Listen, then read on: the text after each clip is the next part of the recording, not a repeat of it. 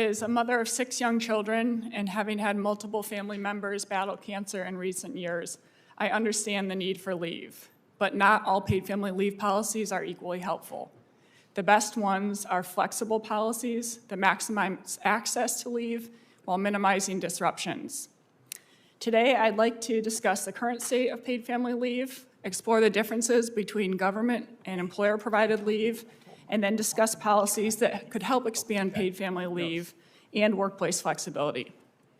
So first, the good news is that paid family leave has shot up over the past 6 years.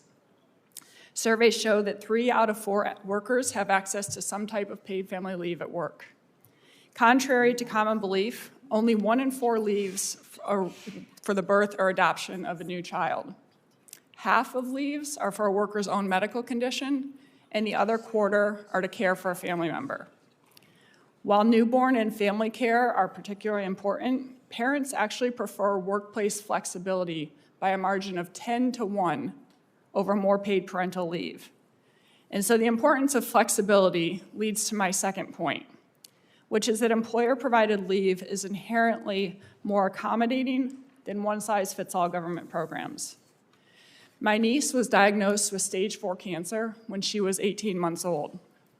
Like many medical conditions, my niece's cancer did not give advance warning, and it did not follow a predictable schedule.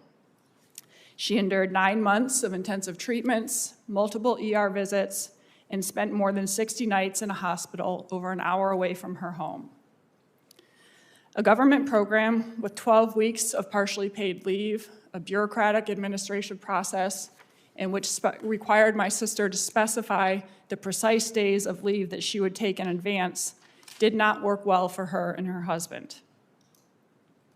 It was only through working directly with their employers that they were able to keep their jobs and care for their now healthy and adorable 3-year-old little girl. Some might argue that even a bureaucratic and flawed government program is better than none. But a federal government program would take away many existing programs and hinder new ones from starting. And government programs have a terrible track record at helping low-income families. In California, 5 times as many mothers in the highest income bracket file paid family leave claims with the government as those in the lowest income bracket. Canada's program is said to, quote, aid the social reproduction of higher income families. In the UK, quote, too little support is directed to the families that need it most and too much to those who do not. Moreover, while government paid family leave programs aim to help women, they can have the unintended effects of reducing women's prospects as promotion, diminishing relative wage gains, and reducing employment. The latest version of the Family Act, which grants job-protected paid family leave to workers who've been employed for as few as 3 months, would impose huge burdens on small employers who are already struggling with labor shortages. And when a business suffers, so do its employees and the people they serve. Denmark had implemented a generous paid family leave program. A study found that it led to a 12% reduction in nursing employment, and that had huge consequences for patients. It included an 89% increase in newborn readmissions and a 13% increase in nursing home mortality. And it's important to note that the Congressional Budget Office said that the Family Act would be yet another unfunded entitlement program. Most Americans would rather have bigger paychecks to spend on what they need than smaller paychecks and a bureaucratic government maze to navigate. And that leads to my third point, which is ways that policymakers can help expand access to paid family leave without expanding the government's control over people's lives. The Working Families Flexibility Act would give lower-income workers the opportunity to choose between accumulating paid leave or overtime for the work.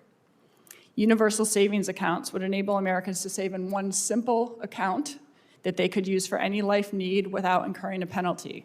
And this would be particularly helpful to lower income, to part-time workers and independent workers. And making it easier for workers to get private disability insurance could help workers meet their own needs for leave.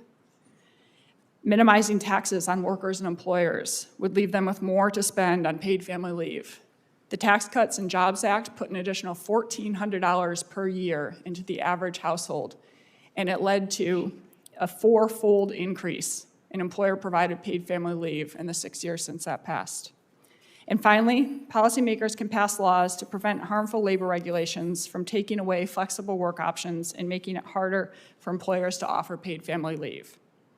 Unlike a one-size-fits-all federal entitlement program, these policies would help to meet workers' and employers' unique needs at a cost they can afford. Thank you.